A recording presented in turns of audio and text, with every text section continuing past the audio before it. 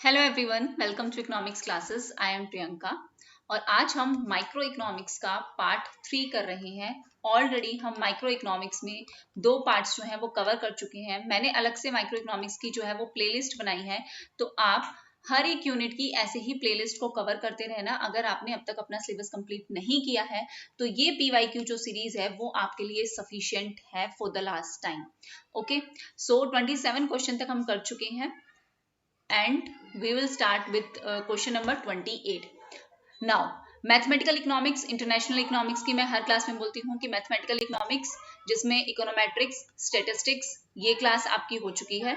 International economics की आपकी classes हो चुकी हैं और अब जो हम यूनिट कर रहे हैं वो माइक्रो इकोनॉमिक्स कर रहे हैं।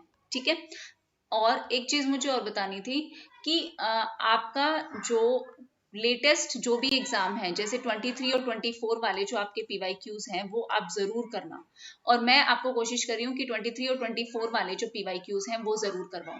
तो आज हम माइक्रो इकोनॉमिक्स के 23 के PYQs सॉल्व करेंगे जो सबसे टफ थे। सबसे टफ पेपर था जो वो हम सॉल्व करेंगे, और जो हमारे पहले का रह रहा था, जो एग्जाम हमारा कैंसिल हुआ था, उसके क्वेश्चंस जो हम कर रहे थे वो कंप्लीट करेंगे। ठीक है, स्टार्ट करते हैं हम आज के फर्स्ट क्वेश्चन से।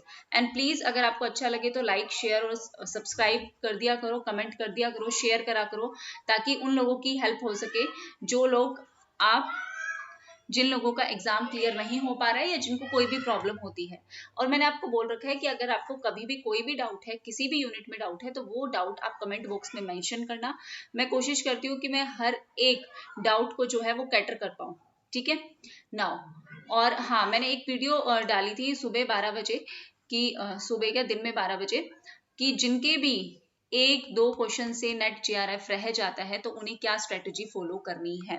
तो उस वीडियो को ज्यादा से ज्यादा शेयर करना। मुझे सिर्फ इतना ही चाहिए कि उन बच्चों तक वो स्ट्रेटजीज पहुंच जाए जिनको जरूरत है।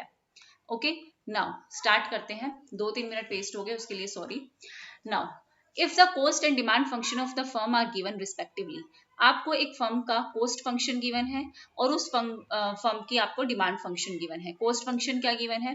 C is equal to 1064 plus 5x plus x square divided by 25, और उस फर्म का डिमांड फंक्शन गिवन है जो क्या गिवन है? Price is equal to 157 minus 3x।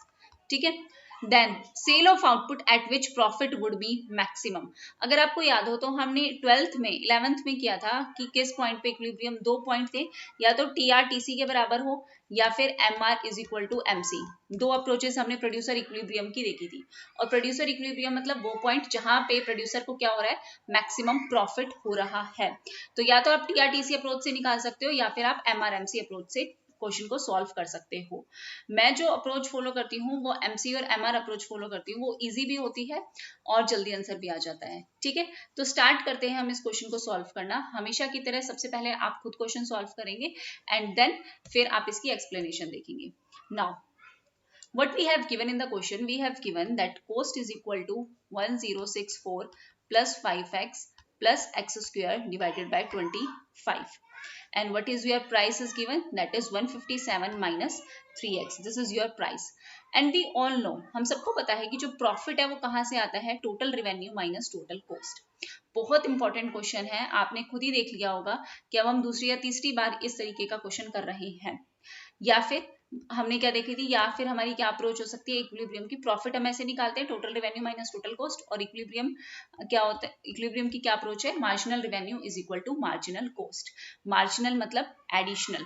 जब भी क्वेश्चन में हमें टोटल से मार्जिनल निकालना होता है तो हमें क्या करना पड़ता है? उसका डेरिवेटिव जो है वो सॉल्व करना पड़ता है। ठीक है, वो हम देखेंगे हम कैसे सॉल्व करते हैं। सबसे पहले हमें क्या गिवन है? टोटल कॉस्ट हम देखते हैं 1064 plus 5x plus x square divided by 25। इसको अगर हम सॉल्व करें और मार्जिनल कॉस्ट निकालें तो हम कैसे निकालेंगे? We need to do it do the derivative of this. हमें इसका डेरिवेटिव करना पड़ेगा। तो ये हमारी कांस्टेंट टर्म है जो 0 हो जाती है। 5x है तो हमारे पास सिर्फ क्या बचेगा? 5। एक्स स्क्वायर है तो पावर आगे आ जाएगी 2x डिवाइडेड बाय 25। ये हमारी क्या आ गई? Marginal cost. उसके बाद हमें क्या निकालना है? Marginal revenue. लेकिन मार्जिनल रेवेन्यू निकालने के लिए हमें क्या चाहिए? सबसे पहले टोटल रेवेन्यू। और टोटल रेवेन्यू हमारा कैसे सॉल्व होता है? Price into quantity, P into x. Okay, price हमें क्वेश्चन में कितना गिवन है? 157 माइनस 3x, और इसे हमें मल्टीप्लाई करना है किससे, x से। तो क्या हो जाएगा 157x माइनस 3x स्क्वायर। तो हमें ये पता चल गया कि ये हमारा क्या आ गया, टोटल रिवेन्यू आ गया। टोटल रिवेन्यू से हम क्या निकालेंगे, मार्जिनल रिवेन्यू निकालेंगे, इसका डेरिवेटिव करेंगे और मार्जिनल रिवेन्यू क्या होगा, 157x का क्या हो जाएगा 157 माइनस 3x स्क्वायर का क्या आ जाएगा, 2 की पावर आगे आ जाएगी तो 3 इंटू 2 6x हो जाएगा। अब इक्विलिब्रियम के लिए हमें क्या करना पड़ेगा, MR is equal to MC और MR को क्या करना पड़ेगा, इक्वल करना पड़ेगा। नाउ MR कितना हमारा है 157 minus 6x is equal to MC हमारा कितना है, मार्जिनल कॉस्ट कितनी है 5 plus 2x divided by 25। Now solve it, constant terms को एक साइड ले जाओ, वेरिएबल टर्म्स को एक साइड ले जाओ। 157 minus 5 is equal to 2x divided by 25 plus 6x। Now solve करेंगे, 157 minus 5 is equal to 2x plus नीचे एक आपका एलसीएम आ गया कितना 25, 25 6 150x। तो 157 माइनस 5 कितना हो गया 152, 25 नीचे 25 मल्टीप्लाई में चला जाएगा, 2x प्लस 150x हो जाएगा 152x। ठीक है, x को यहीं रखेंगे, 152 को नीचे ले आएंगे, 152 से 152 कैंसिल और x की वैल्यू कितनी आ गई हमारी 25। So the sale of output at which the profit would be maximum, हमारा आउटपुट कितना है, क्वांटिटी कितनी है, क्वांटिटी हमारी कितनी है 25। यहाँ पे हमने लिखा था ना प्राइस इनटू क्वांटिटी हम करते हैं टोटल रिवेन्यू के लिए, और ये हमारी क्वांटिटी कितनी गिवन है x, और x हमारा कितना आ गया 25। तो ऑप्शन सी हमारा क्या है, बिल्कुल सही है। एक चीज मैं आपको बताना चाहूंगी, कभी भी मैथमेटिकल क्वेश्चन आए उससे घबराना नहीं है। मेरा भी कोई मैथमेटिकल बैकग्राउंड स्ट्रॉन्ग नहीं है, लेकिन फिर भी मैंने प्रैक्टिस कर करके उसे स्ट्रॉन्ग किया है। तो जिनको भी ये क्वेश्चंस भी अगर आपको हार्ड लग रहे हैं ना, तो मैथमेटिकल क्वेश्चंस और भी ज्यादा हार्ड लगेंगे। तो प्लीज इसकी प्रैक्टिस करा करो, और प्रैक्टिस करोगे तो हर चीज आसान है। Now moving to our next question, question number 29। Question number 29 क्या कहता है, which of the following statement about price leadership is false. Price leadership के केस में कौन सी स्टेटमेंट आपकी जो है वो फॉल्स है, वो हमें क्या करनी है, फाइंड आउट करनी है। स्टेटमेंट 1 आपकी क्या गिवन है, price leadership is a form of tacit collusion. Price leadership एक तरीके का क्या है, कोल्यूजन है, एक तरीके का क्या है, मिलाव है कि 2-3 फर्म्स आपस में मिल रही हैं और वो कॉल्यूट कर रही हैं, मिक्स हो रही हैं, एक दूसरी फर्म बन रही है नाउ, और वो डिसाइड करेंगे कि प्राइस कितने हमारे होंगे। नेक्स्ट क्या है, with dominant price leadership the leader in an industry is the biggest firm. जो भी डोमिनेंट होते हैं प्राइस लीडरशिप में, जो भी प्राइस को डोमिनेट करते हैं, मतलब डिसाइड करते हैं, वही लीडर होते हैं एक इंडस्ट्री में, और वही क्या होती है, बिगेस्ट फर्म होती है। अच्छा sorry, the leader in an industry is the biggest firm, वही बिगेस्ट फर्म होंगी जो क्या करेंगे, डोमिनेंट प्राइस डिसाइड करेंगे। जो प्राइस मार्केट में चल रही है वो डोमिनेंट प्राइस है। Third, with barometric price leadership the leader may change even if relative size of each firm stays the same। barometric price leadership क्या कहती है कि लीडर चाहे चेंज हो जाए, लेकिन फिर भी जो हर फर्म का जो साइज डिसाइडेड है वो साइज वही रहेगा। लास्ट ऑप्शन क्या है हमारे पास, price leadership break down if input price और डिमांड कंडीशन चेंज। अगर मार्केट में इनपुट के प्राइसेस चेंज हो जाते हैं या मार्केट में डिमांड चेंज हो जाती है, तो प्राइस लीडरशिप जो है वो भी क्या हो जाती है, ब्रेक डाउन, टूट जाती है। देखो इसको हम कैसे सॉल्व करेंगे, तो हमें ये बताना है कि प्राइस लीडरशिप के केस में कौन सी स्टेटमेंट हमारी फॉल्स है। नाउ देखो, ओलिगोपोली मार्केट में क्या होता है, कुछ ही मार्केट्स होती हैं, लेकिन अगर एक कार्टेल फॉर्म हो जाता है, अगर वो कार्टेल फॉर्म कर लेते हैं, कार्टेल का मतलब एक फॉर्मल एग्रीमेंट बना लेते हैं कि हम सब मिलके क्या करेंगे, एक बिजनेस डील करेंगे, ठीक है, क्योंकि अनसर्टेनिटीज है मार्केट में और हमें ये पता है कि दो फर्म आपस में क्या करती हैं, एक दूसरे पे म्यूचुअली इंटरडिपेंडेंट है, तो वो ज्वाइंट डिसीजंस लेती हैं रिगार्डिंग द आउटपुट और द प्राइसिंग, कि हम मिलके कितना आउटपुट मार्केट में प्रोड्यूस करेंगे और उस आउटपुट का हम क्या प्राइस जो है वो डिसाइड करेंगे। वो होमोजीनियस प्रोडक्ट सेल कर रहे हैं, तो इसका मतलब उनका ज्वाइंट मार्जिनल रेवेन्यू किसके बराबर होगा, मार्जिनल कॉस्ट के बराबर होगा। होमोजीनियस प्रोडक्ट सेल कर रहे हैं, इसलिए परफेक्ट कंपटीशन है, इसलिए MR is equal to MC है, ठीक है। लेकिन वो अपनी खुद की आइडेंटिटी को लूज नहीं कर रहे हैं, सबकी आइडेंटिटी अपनी अलग अलग है, लेकिन वो मिलके बस आउटपुट और प्राइसिंग पे क्या कर रहे हैं, एग्रीमेंट कर रहे हैं। तो कार्टेल का मेन एम क्या होता है कि हमें ज्वाइंट प्रॉफिट मैक्सिमाइज करना है और हमें मार्केट का शेयर जो है वो आपस में बांटना है। ये चीजें मैं क्यों बता रही हूँ, क्योंकि ये कार्टेल का ही पार्ट है, प्राइस लीडरशिप की जो बात आती है। अब मार्केट शेयरिंग की जब वो बात करते हैं ना, तो उन्हें आपस में मार्केट क्या करनी है, शेयर करनी है। मतलब मार्केट का जो प्रॉफिट है, आउटपुट है, उसे शेयर करना है। तो प्राइस लीडरशिप कौन लेके आता है, प्राइस लीडरशिप होती है ओलिगोपोली में या तो लो कॉस्ट के पास, दो चीजें होती हैं, सिर्फ प्राइस लीडरशिप डोमिनेंट फर्म के पास नहीं, प्राइस लीडरशिप या तो उस फर्म के पास है। प्राइस लीडरशिप मतलब कि मान लो कि ये ए और बी फर्म है और ए डिसाइड करेगा कि मार्केट में क्या प्राइस होगा और बी उसी हिसाब से चलेगा, ठीक है, ये होता है प्राइस लीडरशिप।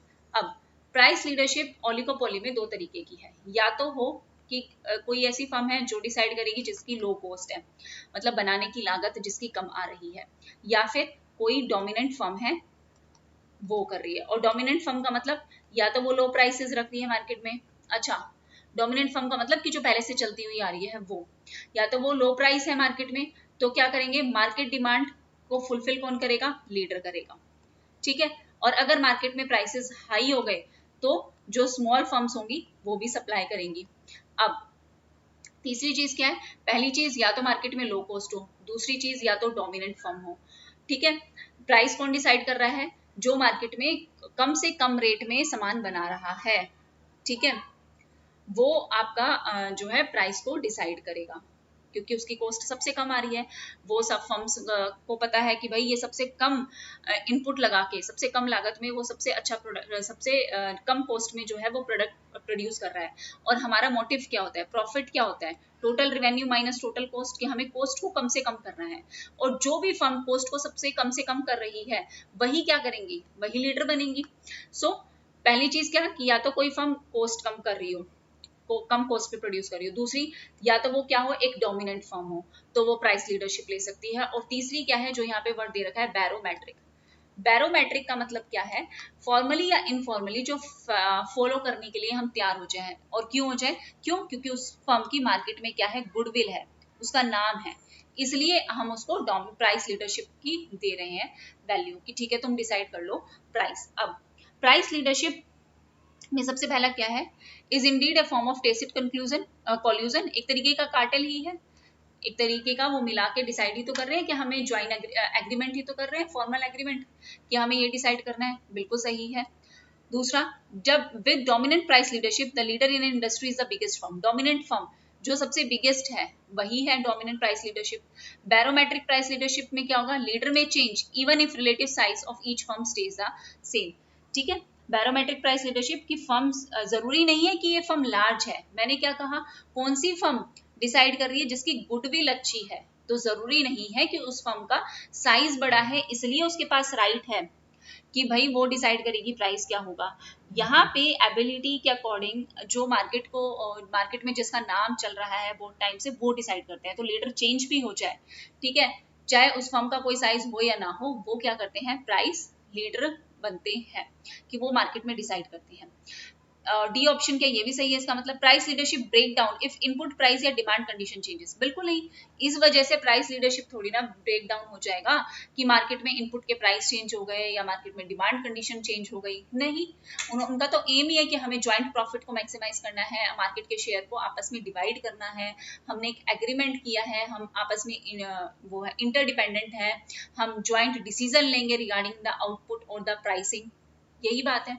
तो ऑप्शन डी हमारा क्या हो गया, गलत हो गया। मैं कोशिश करती हूँ कि हर एक क्वेश्चन को थोड़ा सा ज्यादा एक्सप्लेन करूँ ताकि आपका टॉपिक वहां पे कंप्लीट हो जाए। और अगर आप खुद भी पीवाईक्यूज कर रहे हो ना, तो उस क्वेश्चन को इस तरीके से किया करो कि आपका वहां पे टॉपिक जो है वो कंप्लीट हो जाए, यही एम आपका होना चाहिए, ठीक है। Now moving to next question, question number 30 देखते हैं। Which of the following strategies can never be used in Nash equilibrium, Nash equilibrium में कौन सी स्ट्रेटेजी जो है वो यूज नहीं होती, dominant strategy, strongly dominated strategy, weekly dominated strategy, या फिर नन ऑफ द अबव। तो सबसे पहले अगर हम बात करें डोमिनेंट स्ट्रेटेजी की, तो डोमिनेंट स्ट्रेटेजी बहुत इंपॉर्टेंट है क्योंकि हमें ये हाई पे ऑफ देती है, ये हाई हमें पे ऑफ देती है रिगार्डलेस कि दूसरा प्लेयर क्या कर रहा है, इससे मतलब नहीं है कि दूसरा प्लेयर क्या कर रहा है, वो हमें फिर भी जो है वो हाई पे ऑफ देगी। तो डोमिनेंट स्ट्रेटेजी एग्जिस्ट करती है और ये नैश इक्विलिब्रियम का पार्ट है, ठीक है। और कई ऐसे गेम्स होते हैं जिसमें डोमिनेंट स्ट्रेटेजी का जो इक्विलिब्रियम होता है वही क्या होता है, नैश इक्विलिब्रियम होता है। तो ये तो आपकी स्टेटमेंट ये तो सही है। स्ट्रांगली डोमिनेटेड स्ट्रेटेजी, देखो कभी भी स्ट्रांगली जो भी चीज कुछ ज्यादा स्ट्रांग है ना, मार्केट में देखो अगर किसी का भी एक का नाम बहुत ज्यादा चल रहा है, बहुत ज्यादा चल रहा है, तो वो एक पॉइंट पे आके डाउन होता ही है ना, वही यहाँ पे बात है। मैं सिर्फ एग्जांपल से समझा रही हूँ, याद रहे ताकि। तो स्ट्रांगली डोमिनेटेड स्ट्रेटेजी कभी भी एक ऑप्टिमल स्ट्रेटेजी नहीं है, ऑप्टिमल स्ट्रेटेजी नहीं है, बिकॉज हमेशा एक दूसरी स्ट्रेटेजी भी एग्जिस्ट करेगी जो हमें बेटर पे ऑफ दे सकती है, जो हमें क्या दे सकती है, बेटर पे ऑफ दे सकती है, रिगार्डलेस कि आपका ओपोनेंट के क्या एक्शंस है, वो क्या काम कर रहा है। तो कभी भी एक रेशनल प्लेयर, एक जो सही रेशनल डिसीजन लेता है, वो कभी भी स्ट्रांगली डोमिनेटेड स्ट्रेटेजी का यूज नहीं करेगा। ओके, वीकली डोमिनेटेड स्ट्रेटेजी, ये हमें इक्वल पे ऑफ दे सकती है, हमें ज्यादा तो नहीं लेकिन उतने पे ऑफ दे सकती है जितने हमारे ओपोनेंट को मिल रहे हैं, ठीक है। सो वीकली डोमिनेटेड स्ट्रेटेजी भी नैश इक्विलिब्रियम का पार्ट होगा, लेकिन हम स्ट्रांगली डोमिनेटेड स्ट्रेटेजी कभी भी यूज नहीं करते हैं, ये कभी भी नैश इक्विलिब्रियम का पार्ट नहीं होता है, क्योंकि कोई भी एक रेशनल जो पर्सन है, एक रेशनल प्लेयर है, वो कभी भी ऐसी स्ट्रेटेजी का यूज नहीं करेगा, क्योंकि कभी भी आपको एक ऑप्टिमम रिजल्ट, एक सही रिजल्ट नहीं देगा, ठीक है। Now moving toward next question number 31। You have to arrange these books according to their publication. Please जितनी भी बुक्स हैं उनको याद कर लेना, बहुत ज्यादा आती है। तो सबसे पहले अगर हम देखें journal theory of employment, interest and money, हम सबको पता है कि ये किसने दी है, जेएम केन्स ने दी है, और कब दी है, इन द ईयर 1936 में दी है। थ्योरी ऑफ मॉरल सेंटिमेंट्स, ये हमें पता है किसकी है, एडम स्मिथ की है, और ये कब आई थी, इन द ईयर 1759 में आई थी। अगर आप एडम स्मिथ से भी देख लो ना, तो ये सबसे पुराना यही बंदा है, तो सॉरी, सबसे पुराने जो इकोनॉमिस्ट है वो यही है, सॉरी माय मिस्टेक। तो ऑप्शन बी हमारा सबसे फर्स्ट ऑप्शन होगा। Principle of political economy and taxation, तो principle of political economy and taxation, we all know that the person is, और the economist is David Ricardo, and he gave his book in the he published his book in the year 1817, 1817 में इन्होंने अपनी book को जो है publish किया था। An essay on principle of population, ये किसकी है, प्रिंसिपल ऑफ पॉपुलेशन माल्थस जी की है, और इन्होंने कब दी थी अपनी ये बुक, 1798 में दी थी। Das Kapital, we all know Das Kapital, Karl Marx volume 1, कब आई थी, 1867 में। तो सबसे पुरानी है option B, then option D, then आएगा option C, then E, then A. बहुत इंपॉर्टेंट क्वेश्चन है, रिपीटेडली ये क्वेश्चन तो आता ही आता है, ठीक है। B D C E A, yes, so option C हमारा क्या होगा, बिल्कुल सही होगा। Now moving toward next question. Next question हमारा क्या है, देखो अब जो हम कर रहे हैं वो कर रहे हैं जून 2023 का पेपर, और we all know that it was the toughest paper. हम सबको पता है सबसे टफ था, क्योंकि इसमें जो जो कंसेप्ट्स पूछे गए थे ना, वो आज से पहले नहीं पूछे गए थे। Now starting with question number 1, first statement हमारी क्या है, division of labour is the starting point of Smith theory of economic growth. Adam Smith की थ्योरी, एक सेकेंड, कोई क्वेश्चन हमारा, हाँ नहीं कोई क्वेश्चन नहीं, हाँ कोई क्वेश्चन नहीं। Yes, division of labour is the starting point of Smith theory of economic growth. तो बिल्कुल सही बात है, एडम स्मिथ जी ने अपनी बुक दी थी an inquiry into the nature and cause of wealth of nation in the year 1776। सबको इस बुक के बारे में पता होगा जो इकोनॉमिस्ट के स्टूडेंट हैं। और यहाँ पे इन्होंने जो डिस्कशन किया था वो किसके बारे में किया था, डिवीजन ऑफ लेबर के बारे में, डिवीजन ऑफ लेबर के बारे में इन्होंने डिस्कस किया था, और यहीं से ही फाउंडेशन रखी थी इकोनॉमिक की प्रोडक्टिविटी और इकोनॉमिक की ग्रोथ के बारे में। बिल्कुल सही बात है। स्टेटमेंट 2 आपकी क्या है, if division of labour that results in the greatest improvement in the production power of labour. Yes, Smith का ये फेमस एग्जांपल है पिन वाली एक फैक्ट्री है ना, उससे एग्जांपल आपने बुक पढ़ी होगी। तो एक पिन फैक्ट्री का उन्होंने एग्जांपल लिया था और बोला था कि कैसे स्पेशलाइजेशन, अगर हम काम को डिवाइड कर देते हैं तो लेबर में क्या आ जाती है, स्पेशलाइजेशन आ जाती है, वो उस काम में परफेक्ट हो जाता है। बार बार किसी को काम को करोगे तो आप उस काम में अच्छे हो जाओगे, और इसी की वजह से हमारी आउटपुट और हमारी जो है एफिशिएंसी वो क्या होगी, इंप्रूव होगी। Yes, so option so statement second भी हमारी क्या है, सही है। Both statement 1 and 2 are true. Option A हमारा क्या है, बिल्कुल सही है। Now moving toward next question, Which one of the following is not a characteristics of market structure? Market structure का कौन सा पार्ट नहीं है? सबसे पहला, degree of buyers concentration, buyer कितने हैं। Degree of sellers concentration, sellers कितने हैं। कंडीशन क्या है एंट्री की, और वर्टिकल इंटीग्रेशन क्या है। तो सबसे पहले देखो, बायर्स का कंसेंट्रेशन, एक मार्केट में कितने बायर हैं, बहुत इंपॉर्टेंट है पता होना। एक मार्केट में कितने सेलर हैं, बहुत इंपॉर्टेंट है पता होना। उस मार्केट की कंडीशन क्या है, बैरियर्स हैं, नहीं है, इजी एंट्री है, नहीं है, बिल्कुल इंपॉर्टेंट है मार्केट के बारे में। लेकिन क्या वर्टिकल इंटीग्रेशन इंपॉर्टेंट है, नहीं। ये किसका पार्ट है, ये तो मर्जर का पार्ट है। अगर हम कार्टेल नहीं करते, कोई एग्रीमेंट नहीं करते, तो क्या होता है, मर्ज होता है to avoid the situation of price war. Price war की सिचुएशन को अवॉइड करने के लिए कार्टेल की जगह क्या किया जाता है, कार्टेल की जगह क्या किया जाता है, मर्जर किया जाता है। और मर्जर 3 तरीके का होता है। मर्जर हमारा होता है, एक सेकेंड, मर्जर हमारा होता है हॉरिजॉन्टल मर्जर। हॉरिजॉन्टल मर्जर मतलब सेम प्रोडक्ट में मर्ज करते हैं, जो दो कंपनी सेम प्रोडक्ट बना रही है वो मर्ज कर लेती हैं। या फिर होता है आपका वर्टिकल मर्जर।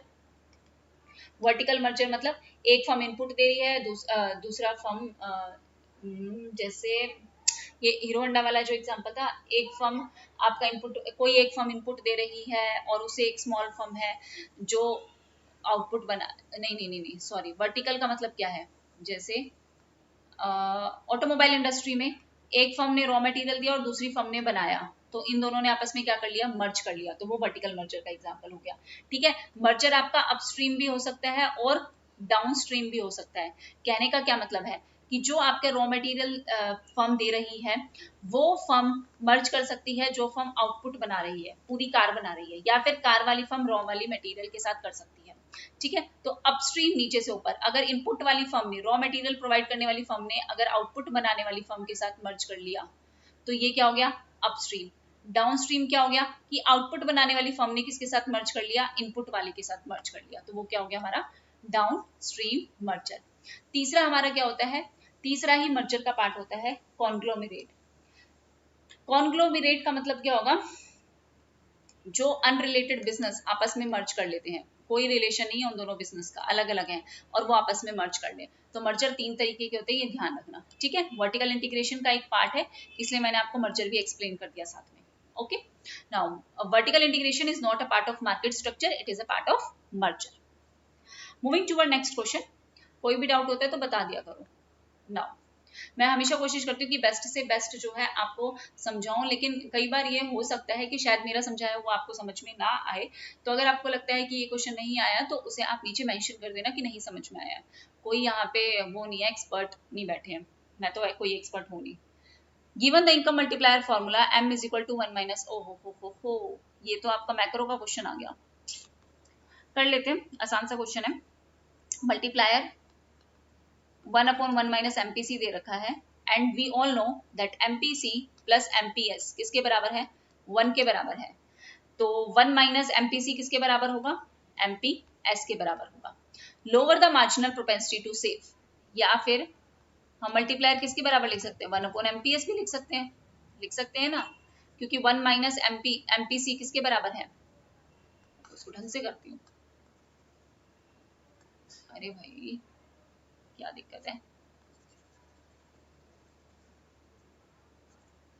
यस, हमें ये पता है कि क्वेश्चन में क्या दे रखा है, k is equal to 1/1 minus MPC, और 1 माइनस एमपीसी किसके बराबर होता है, एमपीएस के बराबर, तो हम 1/एमपीएस भी लिख सकते हैं। और उसने क्या बोला है, मार्जिनल प्रोपेंसिटी टू सेव कम होगा, तो मल्टीप्लायर क्या होगा, ज्यादा होगा, because there is a inverse relationship between multiplier और एमपीएस में। कैसा रिलेशन है, इनवर्स रिलेशन है। जितनी कम, देखो सिंपल लैंग्वेज में मैं समझाऊं, इसको मैं मान लेती हूँ, सी को मैं मान लेती हूँ कंजम्पशन, मानना क्या होता है, ये एस का मतलब क्या होता है, सेविंग। इकोनॉमी में जितनी ज्यादा सेविंग होगी उतना ही कम पैसा बाहर इकोनॉमी में जाएगा, उतना ही आगे मनी जो है वो मल्टीप्लाई होगा। मनी मल्टीप्लाई कम होगा ना, पैसा इकोनॉमी में जा ही कम रहा है, क्रेडिट कम क्रिएट होगा, तो मल्टीप्लिकेशन कम होगा मनी का। और जितना ज्यादा कंजम्पशन होगा, जितने ज्यादा कंजम्पशन होगा उतना ही ज्यादा इकोनॉमी में पैसा भी जाएगा, उतना ही क्रेडिट भी होगा, क्रेडिट क्रिएशन भी होगा। तो कंजम्पशन के साथ पॉजिटिव और एमपीएस के साथ इनवर्स रिलेशन। तो lower the marginal propensity to save means higher the value of multiplier effect. Option A हमारा क्या है, बिल्कुल सही है। Now moving to our next question number 35। Yes, which of the following is correct about Walrasian demand function? Walrus demand function से हमें statement बतानी है कि हमारी कौन सी स्टेटमेंट जो है वो सही है।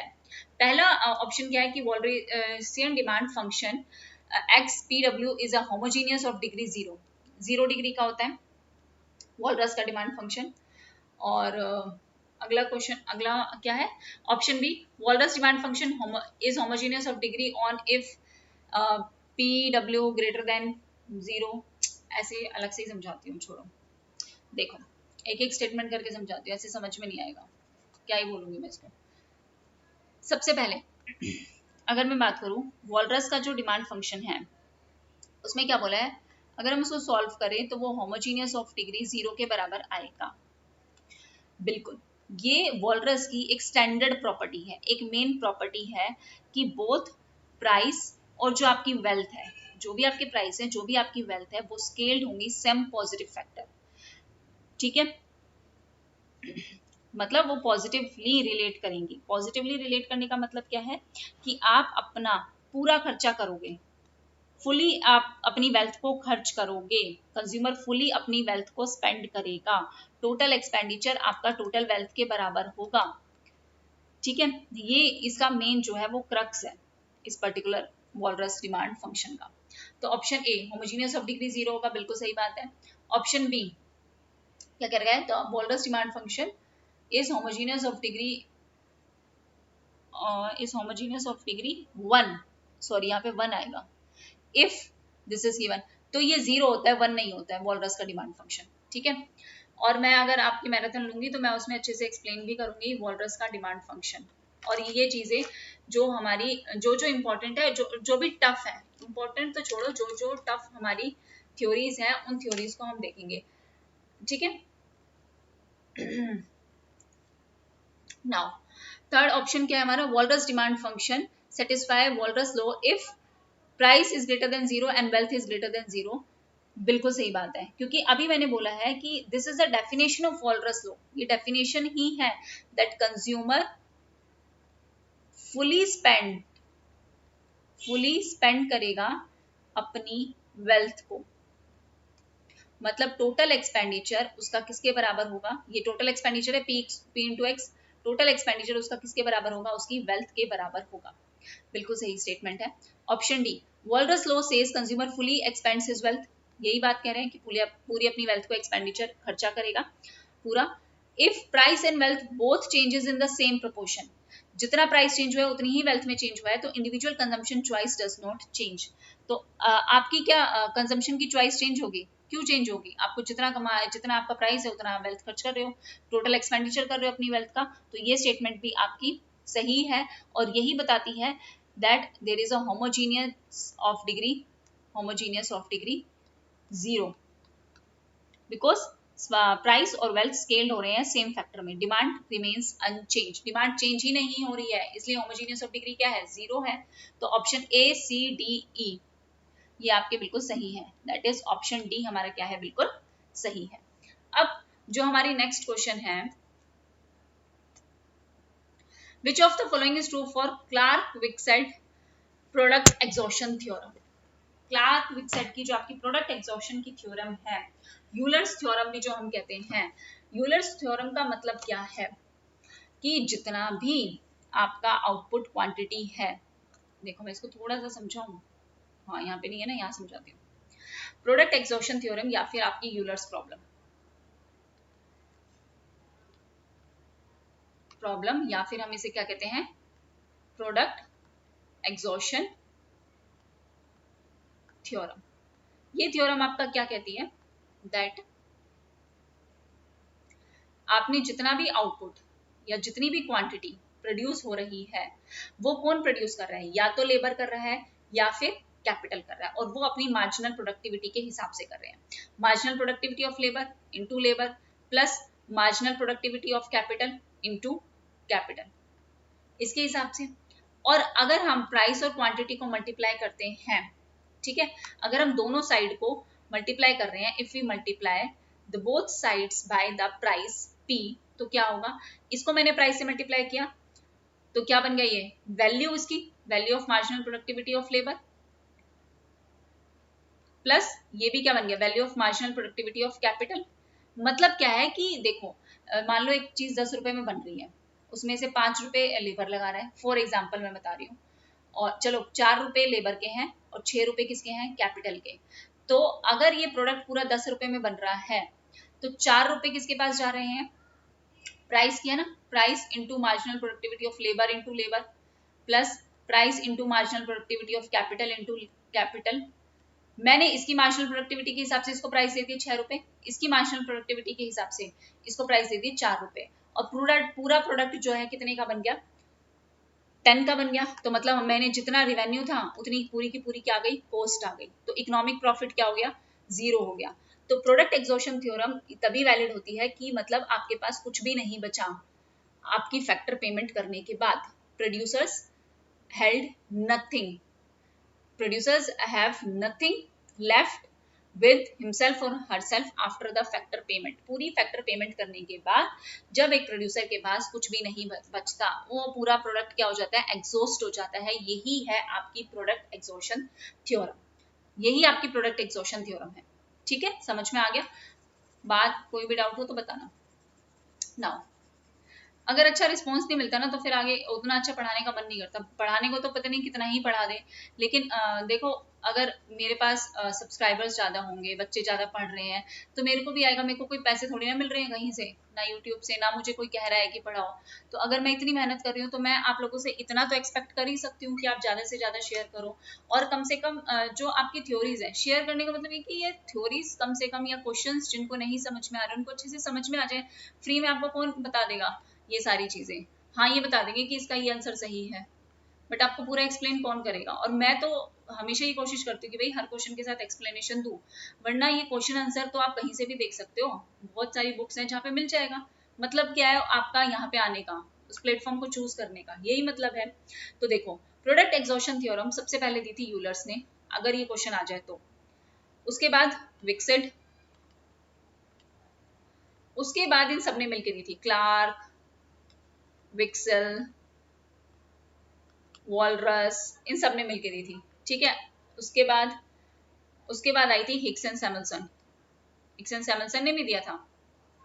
ठीक है, सॉल्यूशन फिर आ गया था सॉल्यूशन, इनका सॉल्यूशन, प्रोडक्ट एग्जॉशन थ्योरम का सॉल्यूशन, कि क्या सॉल्यूशन है, कि अगर मैं सबको अब उनकी मार्जिनल प्रोडक्टिविटी के हिसाब से दे दूंगा तो भाई मेरे पास तो कुछ नहीं बचेगा ना। एक प्रोड्यूसर के पास क्या बचेगा, कुछ नहीं बचेगा, जीरो, इकोनॉमिक प्रॉफिट उसका जीरो हो जाएगा। तो उसको सॉल्व किया था बाद में हिक्स एंड सैमुअल्सन ने। तो हमें जो बतानी है वो बतानी है क्लार्क, विक्सेट और वालरस की कहानी बतानी है कि इन तीनों की क्या अजम्पशन थी। नाउ तो देखते हैं क्या है। सबसे पहली अजम्पशन इन्होंने क्या दे रखी है कि homogeneous function, production function necessary नहीं है। बिल्कुल, जो आपका होमोजीनियस ऑफ डिग्री 1, कंडीशन क्या है कि होमोजीनियस ऑफ डिग्री 1 होगा, तो ये कंडीशन आपकी नेसेसरी नहीं है। मतलब लीनियर होमोजीनियस प्रोडक्शन फंक्शन आपका जरूरी नहीं है, जो कि आपका यूलर्स ये कहता था। अगर यूलर्स का क्वेश्चन आ जाए तो ध्यान रखना कि यूलर्स कहता था कि हमें अज्यूम करना है that there is a constant returns to scale, means there is a homogeneous of degree 1, it is required, linear homogeneous production function होना चाहिए। ये यूलर्स थ्योरम ना ही तो इंक्रीजिंग रिटर्न्स टू स्केल में काम करती है, ना ही डिक्रीजिंग रिटर्न्स टू स्केल में काम करती है। जबकि आपका जो क्लार्क, विक्सेट, वॉलरस का जो है वो आपका इंक्रीजिंग रिटर्न्स टू स्केल में भी काम करेगा, डिक्रीजिंग रिटर्न्स टू स्केल में भी काम करेगा, और ये कहेगा भी नहीं, इसके लिए कोई जरूरी भी नहीं है कि वो होमोजीनियस ऑफ डिग्री 1 हो।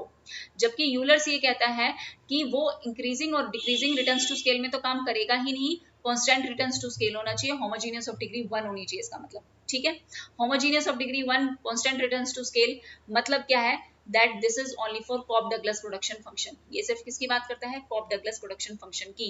जबकि आपका क्लार्क, विक्सेट, वॉलरस ये कहता है that it can hold true for any production function, कोई भी प्रोडक्शन फंक्शन हो, कल मैंने करवाए थे, वो हर किसी में होल्ड करेगा, लेकिन यूलर्स सिर्फ कॉप डगलस में करेगा। ये डिफरेंस आपको समझ में आ गया? It is an identity that holds for all values of variable, बिल्कुल नहीं। ये it is an identity that holds true for every value, नहीं बिल्कुल नहीं, हर वैल्यू के लिए थोड़ी ना ये आइडेंटिटी होल्ड करेगी। assumption of homogeneous production function is not necessary, बिल्कुल सही बात है, बिल्कुल जरूरी नहीं है homogeneous of degree 1 होना। it is not an identity since it holds only for the values of variable in the long run equilibrium। long run equilibrium का क्या मतलब है, देखो कि जो आपका क्लार्क विक्सेट वॉलरस का जो प्रोडक्ट एक्सॉशन थ्योरम के बारे में उन्होंने कहा है, ये कहते हैं एडिंग अप प्रॉब्लम है, ये एडिंग अप प्रॉब्लम बोली है इन्होंने, और उन्होंने बोला है कि लॉन्ग रन में प्राइस क्या होंगे, प्राइस आपके स्टेबल होंगे, मतलब प्राइस आपका किसके बराबर होगा, मिनिमम एवरेज कॉस्ट के बराबर होगा। ठीक है, ये बात इन्होंने कही है कि yes it holds only for the values of variable, जो कि किसमें है, लॉन्ग रन में है। तो ये ऑप्शन बिल्कुल सही है। Last, it holds for all types of production function, बिल्कुल, जबकि यूलर्स जो है वो सिर्फ किसकी बात करता है, कोप डगलस प्रोडक्शन फंक्शन की, homogeneous of degree 1, and it not works for increasing returns to scale और decreasing returns to scale. Clear है, कोई भी डाउट हो तो बताना। तो इसके हिसाब से ऑप्शन कौन सा सही हुआ, C D and E, option D हमारा क्या है, बिल्कुल सही है। Now moving to our next question, question number, अब चलते हैं हम 37 पे। बहुत बढ़िया क्वेश्चन है, बहुत ही बढ़िया। नाउ हमें क्वेश्चन में क्या गिवन है, हमें utility function of a consumer is given, हमें कंज्यूमर का जो यूटिलिटी फंक्शन है वो गिवन है, हाँ, और हमें क्या बताना है, the consumer wants to spend amount k, consumer को कितनी अमाउंट स्पेंड करनी है, अमाउंट के स्पेंड करनी है, मनी के है, only what will be his demand of Q1 and Q2, Q1 और Q2 की उसकी क्या डिमांड होगी, ये हमें जो है वो बताना है। तो देखो, अगर याद हो तो मैथमेटिकल जब हमने क्लास की थी तो हमने एक प्रिमल प्रॉब्लम पढ़ी थी और एक डुअल प्रॉब्लम पढ़ी थी। हमने क्या बोला था कि प्रिमल प्रॉब्लम किसके पॉइंट ऑफ व्यू से है, कंज्यूमर के पॉइंट ऑफ व्यू से, मतलब हमें क्या करनी है, मैक्सिमम यूटिलिटी करनी है। डुअल किसके पॉइंट ऑफ व्यू से है, ये एक प्रोड्यूसर के पॉइंट ऑफ व्यू से है, और इसका मतलब क्या होता है, कॉस्ट को कम से कम करना, एक्सपेंडिचर मिनिमाइजेशन करना, एक्सपेंडिचर मिनिमाइजेशन, और प्रिमल का मैक्सिमम यूटिलाइजेशन। तो ये जो आपका क्वेश्चन है ऑप्टिमाइजेशन का, यूटिलिटी फंक्शन का, वो किससे रिलेटेड है, प्रिमल से, बिल्कुल। तो इस क्वेश्चन में हम सबसे पहले लैग्रेंजियन मेथड निकालेंगे, एक्स और वाई की वैल्यू फाइंड आउट करते हैं, फिर हम मार्शेलियन डिमांड फंक्शन लगाते हैं, ठीक है, फिर एक्स की वैल्यू और वाई की वैल्यू जो हमने फाइंड आउट की उसको क्वेश्चन में हम पुट करेंगे, इनडायरेक्ट यूटिलिटी फंक्शन निकालेंगे, और फिर हम लगाएंगे रॉयज आइडेंटिटी। ये तो हम करते हैं प्रिमल में, यूटिलिटी फंक्शन में। डुअल फंक्शन या कंज्यूमर प्रोड्यूसर के पॉइंट ऑफ व्यू से जो हम एक्सपेंडिचर मिनिमाइजेशन करते हैं, ये डुअल प्रॉब्लम है, इसमें भी हम लैग्रेंजियन मेथड लगाएंगे, एक्स और वैल्यू की वैल्यू निकालेंगे, लेकिन यहाँ हम Marshallian utility function, Marshallian demand function use कर रहे थे, यहाँ हम करेंगे हिग्सियन डिमांड फंक्शन, ठीक है। फिर उन वैल्यूज को क्वेश्चन में पुट करेंगे जो हम एक्स और वाई की वैल्यू निकाली है, और फिर हम यहाँ पे लगाएंगे शेफर्ड लेमा, यहाँ पे हम लगाते हैं रॉयज आइडेंटिटी, ठीक है। नहीं समझ में आ रहा तो इग्नोर कर देना, और जिसको आ गया वो रिवाइज कर लेना, क्योंकि ये लास्ट टाइम में ये चीजें करने की नहीं है। तो प्लीज अगर किसी को लगे कि ये क्या ही बता दिया तो इसको इग्नोर कर देना, मेरा काम बताना है, मुझे उन स्टूडेंट्स का भी ध्यान रखना है जिन्होंने ऑलरेडी रिवाइज कर रखा है, वो सिर्फ क्वेश्चंस के लिए आ रहे हैं, ठीक है, और उनका भी ध्यान रखना है भाई, जिसे नहीं पता कि ये क्या चल रहा है। तो अगर जिसको नहीं पता ये क्या चल रहा है, उसके लिए मैं बिल्कुल आसान लैंग्वेज में समझा देती हूँ। देखो, अगर आपने मैथमेटिकल की क्लास ली है तो हमने ये बताया था कि एक हमारा ऑब्जेक्टिव फंक्शन होता है जो क्या होता है, मैक्सिमाइज, और कंज्यूमर के पॉइंट ऑफ व्यू से हमें यूटिलिटी को क्या करना है, मैक्सिमाइज करना है। तो मैक्सिमाइज यूटिलिटी किसके रिस्पेक्ट में, एक्स और वाई के रिस्पेक्ट में, जैसे यहाँ पे क्वांटिटी है ना Q1 और Q2, एक्स और वाई के रिस्पेक्ट में। और उसके बाद हमारा सब्जेक्टिव फंक्शन होगा जो क्या कहेगा, हम क्या निकालते हैं, जब हम बजट निकालते हैं तो price of X into X plus price of Y into Y, वो हमारा लेस देन इक्वल टू किसके इक्वल होना चाहिए, हमारी मनी के इक्वल, हमारी इनकम के इक्वल। और यहाँ पे हमें इनकम कितनी दे रखी है कि हम कितने स्पेंड करेंगे, के अमाउंट स्पेंड करेंगे। और ये हमारी क्या है, बजट लाइन हमारी यही तो होती है, price of X into X plus price of Y into Y is equal to M, ये हमारी बजट लाइन है। और उसी के ही सब्जेक्ट में कि हमें मैक्सिमम हम कितना स्पेंड कर सकते हैं, के अमाउंट तक स्पेंड कर सकते हैं।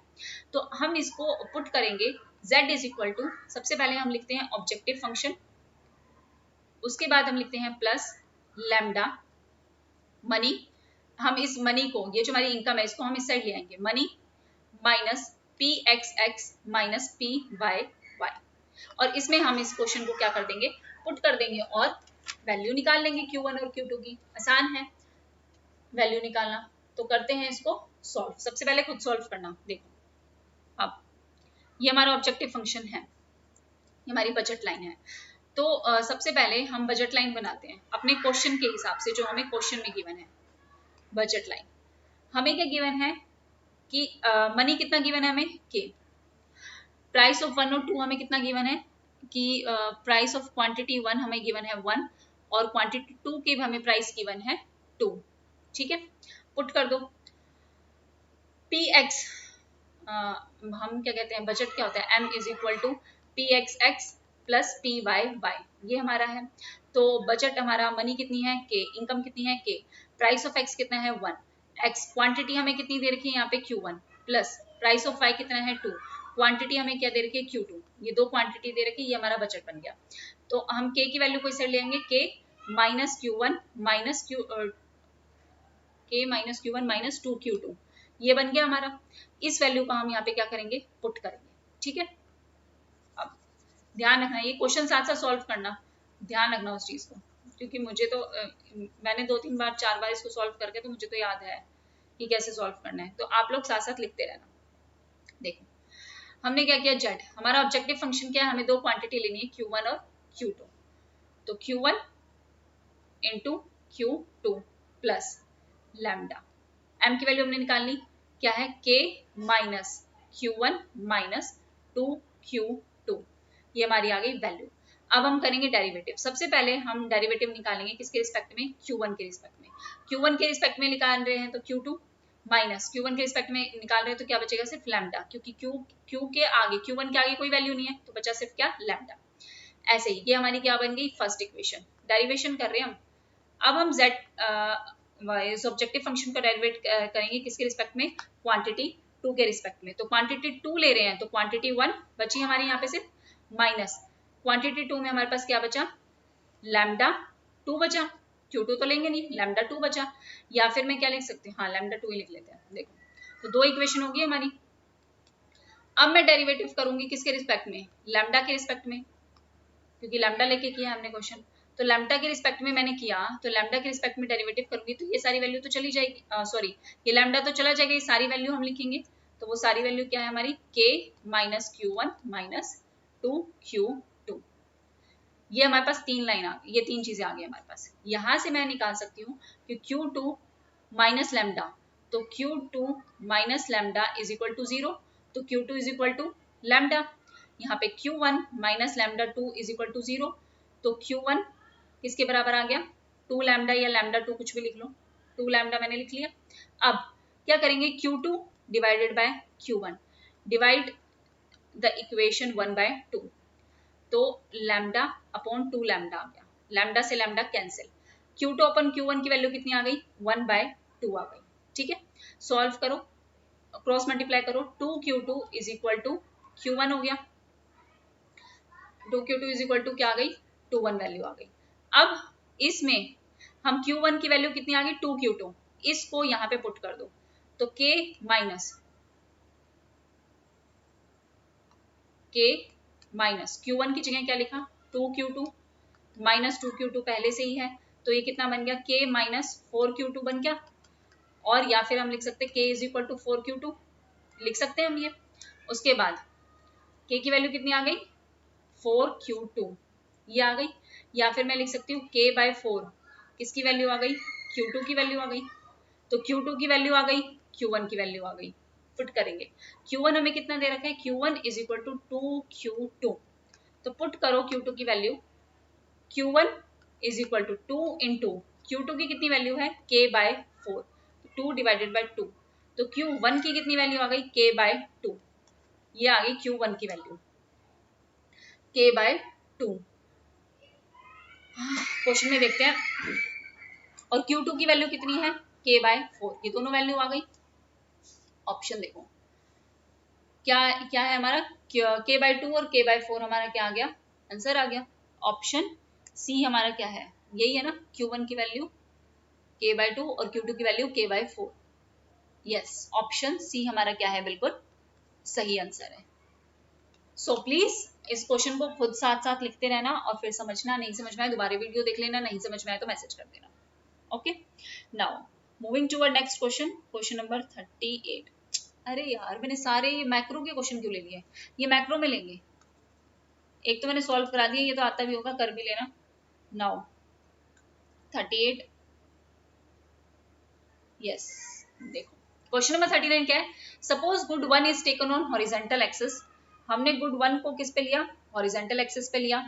गुड 2 को हमने लिया वर्टिकल एक्सिस पे, इस पे लिया हमने गुड 1 को, इस पे ले लिया हमने किसको, गुड 2 को। अच्छा, good 1 taken on horizontal, sorry good 1 को लिया हमने हॉरिजॉन्टल एक्सिस पे और गुड 2 को हमने लिया वर्टिकल एक्सिस पे, ले लिया। उसके बाद क्या कह रहे हैं, then what happens to the budget line if the price of good 1 doubles and price of good 2 triples। Good 1 के प्राइस क्या हो जाए, डबल हो जाए, 2p1 हो जाए, और गुड 2 के प्राइस वो क्या हो जाए, ट्रिपल्स हो जाए, 3p2 हो जाए। तो बजट लाइन हमें पता है, बजट लाइन का क्या बेसिक है, pxx अभी हमने क्या है प्लस pyy, किसके बराबर है, हमारे मनी के, हमारी इनकम लेवल के बराबर है। तो स्लोप ऑफ बजट लाइन भी हमें पता है, जो स्लोप बनता है बजट लाइन का वो क्या बनता है, -p1/p2। ये क्वेश्चन भी आ चुका है डायरेक्टली, माइनस होता है माइनस, ध्यान रखना।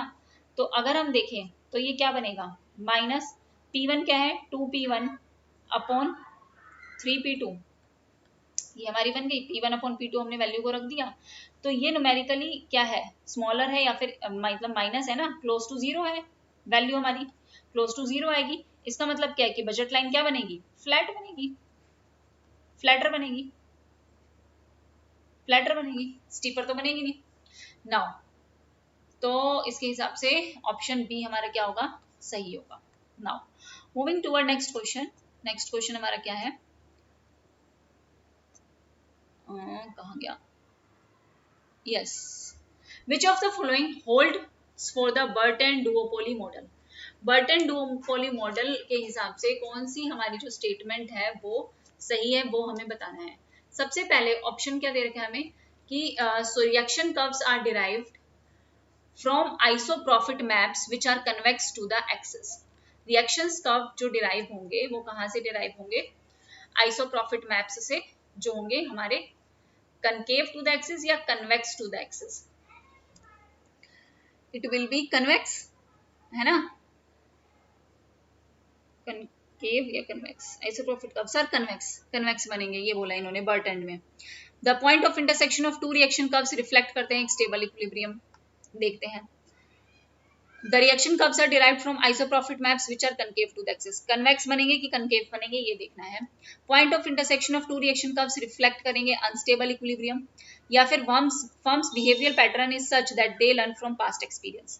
अब अगर आपको याद हो तो मैंने कल ही ये सारे मॉडल करवाए थे, है ना, रिवाइज कर ले। कुर्नोट, बर्टन, स्टेकलबर्ग, तीनों के तीनों हमें क्या देंगे, नैश इक्विलिब्रियम देंगे, ठीक है, तीनों के तीनों हमें क्या देंगे, नैश इक्विलिब्रियम देंगे। कुर्नोट हमें जो देता है वो देता है एक स्टेबल इक्विलिब्रियम और एक क्लोज्ड इकोनॉमी में बात करता है। बर्टन जो हमें देता है वो भी हमें स्टेबल इक्विलिब्रियम देता है, क्लोज्ड इकोनॉमी में बात करता है। स्टेकलबर्ग की बात करें तो स्टेकलबर्ग भी हमारा स्टेबल होता है और क्लोज्ड इकोनॉमी की बात करता है। अब हमारा जो एजवर्थ का मॉडल है वो हमारा क्या है, it is not stable, unstable model है, ठीक है। बाकी सब हमें क्या देते हैं, स्टेबल इक्विलिब्रियम देते हैं। और एक जो आपका किंग डिमांड कर्व होता है वो इनडिटरमिनेंट होता है, हमें पता है ना, ऐसी शेप बनती है उसकी, सॉरी ऐसे करके, क्या हो गया, हाँ ऐसे करके कुछ शेप बनती है उसकी किंग डिमांड कर्व की। तो एजवर्थ हमें स्टेबल नहीं देता, बाकी सब हमें स्टेबल और क्लोज्ड इकोनॉमी में होते हैं, सब हमें स्टेबल इक्विलिब्रियम देते हैं, अनस्टेबल इक्विलिब्रियम हमें कोई भी मॉडल नहीं देता है, ठीक है। ये तो हमने कल नहीं किया था, कल हमने ये किया था कि कुर्नोट, बर्टन, स्टेकलबर्ग तीनों हमारे नैश इक्विलिब्रियम हैं। चैम्बरलिन, मोनोपोली और कार्टेल ये नैश इक्विलिब्रियम हमें नहीं देते, ठीक है। असेंडिंग ऑर्डर में अरेंज किया था कि चैम्बरलिन कितनी परसेंट मार्केट डिमांड को कवर करता है, 50%, कुर्नोट कितने को करता है, 66%, स्टैकलबर्ग कितने को करता है, 75%, और बर्टन कितने को करता है, 100% डिमांड। ठीक है, असेंडिंग डिसेंडिंग ऑर्डर में अरेंज करने को आ जाए तो लिख लेना। अब हम बात करते हैं बर्टन मॉडल की, जो कि हमें क्वेश्चन में दे रखा है। देखो, बर्टन मॉडल का मतलब क्या है, बी और पी से मैंने याद किया है कि बर्टन में होती है प्राइस वार, कुर्नोट में होता है आउटपुट पे। ठीक है, यस। तो बर्टन मॉडल फर्म compete करती है प्राइस पे, ना कि क्वांटिटी पे। हर फर्म ये एज्यूम करती है कि दूसरा प्राइस अपने फिक्स्ड करेगा और उसके हिसाब से अपने प्राइसेस को डिसाइड करती है और प्रॉफिट को मैक्सिमाइज करती है। प्रोडक्ट्स जो होते हैं वो होमोजीनियस होते हैं, कंज्यूमर बाय करता है उस फर्म से जो फर्म हमें लोअर प्राइस दे रही है, उसी से हम खरीदेंगे। तो यहाँ प्राइस किसके बराबर होता है, मार्जिनल कॉस्ट के बराबर होता है। इसका मतलब it is a perfect competition, similar to perfect competition. अब जो रिएक्शन कर्व्स डिराइव होते हैं आइसोप्रोफिट मैप के बर्टन मॉडल में, वो कन्वेक्स टू द ऑरिजिन होते हैं, ना कि कनकेव टू द ऑरिजिन होते हैं। कन्वेक्स की कैसी शेप होती है, कन्वेक्स की कैसी शेप होती है, देखो बना के दिखा दूं। जबकि अगर मैं बात करूं ना आपके इसकी कुर्नोट की, कुर्नोट में आती है आपकी रिएक्शंस कर्व कनकेव। देखो कुर्नोट आ जाए तो कुर्नोट में आपके जो रिएक्शंस कर्व बनते हैं वो बनते हैं कनकेव टू हॉरिजॉन्टल एक्सिस, ऐसे बनते हैं, ऐसे ऐसे हॉरिजॉन्टल एक्सिस के कनकेव बनते हैं। जबकि अगर मैं बर्टन मॉडल की बात करूं तो बर्टन मॉडल में हमें पता है कि होमोजीनियस प्रोडक्ट यहाँ पे प्रोड्यूस हो रहा है, मतलब क्लोज टू हम किसके हैं, परफेक्ट कंपटीशन के। और यहाँ पे हर फर्म जो है वो उनका उसका आउटपुट लेवल जो है वो अनचेंज होता है, आउटपुट में कोई चेंज नहीं होता। अगर मान लो कि प्राइस ए और प्राइस बी बराबर है, ए फर्म में भी उतनी ही प्राइस है, बी फर्म में भी उतनी ही प्राइस है, तो इसका मतलब क्वांटिटी ए भी उतनी ही क्वांटिटी प्रोड्यूस कर रहा है, क्वांटिटी बी भी उतनी ही प्रोड्यूस कर रहा है, पूरी मार्केट डिमांड का हाफ जो है वो जा रहा है। लेकिन मान के चलो अगर प्राइस ए के ज्यादा है, प्राइस ऑफ फर्म बी के, तो इसका मतलब ए के अगर प्राइस ज्यादा है ना, तो ए के पास क्वांटिटी क्या हो जाएगी, 0, और पूरी की पूरी क्वांटिटी कौन बनाएगा, पूरी की पूरी क्वांटिटी जो प्रोड्यूस करेगा वो बी करेगा। ठीक है, मार्केट डिमांड को कौन कैटर करेगा, बी, क्योंकि बी के प्राइसेस कम है। हमने कहा ना यहाँ पे प्राइस वॉर होती है। अगर मान लो कि price of A less than है प्राइस ऑफ बी के, इसका मतलब बी के प्राइसेस ज्यादा है, तो बी की क्वांटिटी डिमांड क्या हो जाएगी, 0। जबकि अब पूरी की पूरी क्वांटिटी डिमांड को कौन कवर करेगा, ए कवर करेगा, पूरी की पूरी मार्केट डिमांड को कौन कवर करेगा, ए कवर करेगा। ठीक है, और ये जब तक चलेगा, ये चीज जब तक चलेगी जब तक प्राइस आपका मिनिमम किसके आ जाए, एवरेज कॉस्ट के बराबर आ जाए, जो आपकी किसकी प्रॉपर्टी है, परफेक्ट कंपटीशन की प्रॉपर्टी है। So neither of the firm reduce और रेज द प्राइसेस। तो कोई भी फर्म ना तो प्राइस कम करती है ना प्राइस ज्यादा करती है, क्योंकि उसे पता है जिसके भी प्राइस कम हुए कंज्यूमर उसी के पास ही जाएगा। ठीक है, और यहाँ पे हम स्टेबल इक्विलिब्रियम पे पहुंचते हैं, ना कि अनस्टेबल पे पहुंचते हैं। तो मॉडल कोई भी आ जाए हमें क्या मिलना है, स्टेबल। अगर कुर्नोट का आ जाए तो क्या होगा, सॉरी कुर्नोट का आ जाए तो क्या होगा, कनकेव होगा। और बर्टन का आ जाए तो क्या है, कन्वेक्स है। कन्वेक्स की शेप कैसे बनेगी, ये ऐसे बनेगी, ये शेप बनेगी हमारी। जब मैं पूरा लेक्चर करवाऊंगी कभी आगे, तो मैं ये पूरा समझाऊंगी। अब क्लास में इतना तो नहीं समझा पाऊंगी, बट इतना सारा समझा दिया मैंने। ठीक है, तो क्या क्या ऑप्शन सही है, ऑप्शन ए हमारा कन्वेक्स शेप बनेगी, बिल्कुल सही है। स्टेबल इक्विलिब्रियम बनेगा, बिल्कुल सही है। कनकेव कुर्नोट में बनती है, तो ये गलत हो गया। पॉइंट ऑफ इंटरसेक्शन अनस्टेबल नहीं देते, हमें क्या देते हैं, स्टेबल देते हैं। और ये ऑप्शन क्या है कि फर्म अपने पास्ट एक्सपीरियंस से सीखती है, बिल्कुल नहीं सीखते। बर्टन का मॉडल हमने किया था तो हमने क्या कहा था, दोनों फर्म्स क्या है, नेव है, भोली है, वो नहीं सीख रही अपने पास्ट एक्सपीरियंस से। जबकि स्टैकलबर्ग में एक लीडर बन गया, एक चलाक बन गया है, और दूसरी अभी भी नेव है। ठीक है, चैम्बरलिन में दोनों के दोनों चलाक हैं, कुर्नोट में दोनों के दोनों नेव हैं, बर्टेंड में दोनों के दोनों नेव हैं, वो नेव मतलब भोले हैं। तो ऑप्शन ए और बी हमारा सही है, सिर्फ ऑप्शन ए और B only. Now moving toward next question. Next question हमारा क्या है, क्या है हमारा नेक्स्ट क्वेश्चन, यस, प्रॉपर्टीज दे रखी है हमें एक्सपेंडिचर फंक्शन की in context of utility theory. Expenditure functions की हमें जो है वो प्रॉपर्टी जो है वो बतानी है। क्या क्या प्रॉपर्टी है हमारी, देखो सबसे पहला ऑप्शन क्या दे रखा है कि homogeneous of degree 1 in price होगा। ठीक है, उसके बाद क्या बोला है, strictly increasing in utility, non decreasing in price for any good one, concave in P, और continuous in P and U, और स्ट्रिक्टली कन्वेक्स। तो देखो, अगर हम होमोजीनियस प्रोडक्शन फंक्शन की बात करें तो प्रोडक्शन फंक्शन जो होता है is homogeneous of degree n। किसमें? होमोजीनियस प्रोडक्शन फंक्शन में। हमें किसका बताना है? होमोजीनियस प्रोडक्शन फंक्शन में हमें एक्सपेंडिचर का बताना है ना, एक्सपेंडिचर फंक्शन। यस, हमें एक्सपेंडिचर फंक्शन बताना है। देखो, इसका मैंने नोट कहीं तो मैंने दे रखा है क्या यहाँ पे आगे इसकी एक्सप्लेनेशन, क्योंकि मुझे उसी हिसाब से बताना पड़ेगा ताकि आप लोग भी फिर उसी हिसाब से रिवाइज कर लो। देखो, अगर मैं बात करूँ इस क्वेश्चन की, तो मुझे यहाँ पे प्रॉपर्टीज बतानी है किसकी? एक्सपेंडिचर फंक्शन की। तो सबसे आपके पहले ऑप्शन के हिसाब से अगर हम देखें तो होमोजीनियस ऑफ डिग्री 1 होता है। बिल्कुल सही बात है। अगर सारे प्राइसेस डबल हो गए तो मिनिमम एक्सपेंडिचर जो हम अचीव करेंगे वो सेम यूटिलिटी पे करेंगे, मतलब हमारी यूटिलिटी भी क्या हो जाएगी? It will also double. Price double कर दिए तो हमारी यूटिलिटी भी क्या कर दी? डबल कर दी। तो होमोजीनियस ऑफ डिग्री 1 है। ये स्टैंडर्ड प्रॉपर्टी है किसकी? एक्सपेंडिचर फंक्शन की। दूसरा क्या कह रहा है? स्ट्रिक्टली इंक्रीजिंग इन यूटिलिटी, कि हमारी यूटिलिटी क्या होती जाएगी? इंक्रीज होती रहेगी।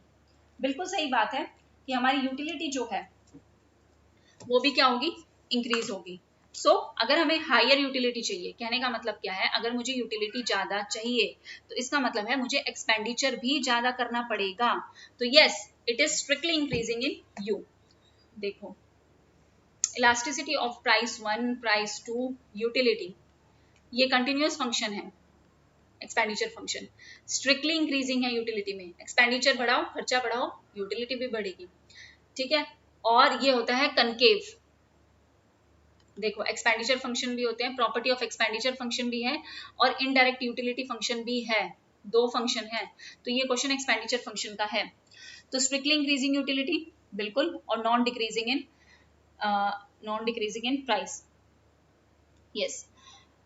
नाउ कनकेव इन पी, बिल्कुल सही बात है। एक्सपेंडिचर फंक्शन कनकेव होता है इन द प्राइसेस, जो रिफ्लेक्ट करता है कि कंज्यूमर का जो बिहेवियर होता है वो सब्सटीट्यूशन इफेक्ट पे काम करता है, कि जिसके प्राइसेस कम होंगे वो उसी पे ही जाएगा।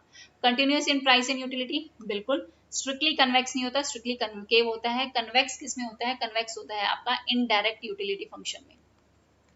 इनडायरेक्ट यूटिलिटी फंक्शन में हमारा कन्वेक्स होता है। तो इसके हिसाब से option A B C D, A B C D ये सही है। ऑप्शन सी हमारा क्या है? बिल्कुल सही है। Now moving toward next question. हाँ, एक्सप्लेनेशन दे रखी है, मैं ये चेक कर रही थी कि मैंने जिस हिसाब से एक्सप्लेनेशन दी है वही उसी हिसाब से समझा दूं। Now, under first degree of price discrimination, monopolists sell different units of output for different prices and these prices may differ from person to person। बिल्कुल सही है। First degree of price discrimination में यही होता है कि मोनोपोलिस्ट एग्जैक्टली उसको पता है कि हर कंज्यूमर की विलिंगनेस टू पे क्या है, कितना देने को वो तैयार है। ईच यूनिट उसी हाईएस्ट प्राइस पे सोल्ड होंगी जितना वो देने प्राइस पे करने को तैयार है। सो ऑप्शन 1 तो हमारा सही है। First degree of price discrimination में मोनोपोलिस्ट जो सेल करेगा, it will sell different units of output for different prices, और वो प्राइसेस अलग अलग पर्सन के लिए अलग अलग हो सकते हैं। बिल्कुल हो सकते हैं, क्यों नहीं हो सकते। नाउ सेकेंड ऑप्शन क्या है? Under third degree of price discrimination, monopolists sell different units of output for different prices, but every individual who buys the same amount of good pays the same prices। कैसे वो same price पे करेगा?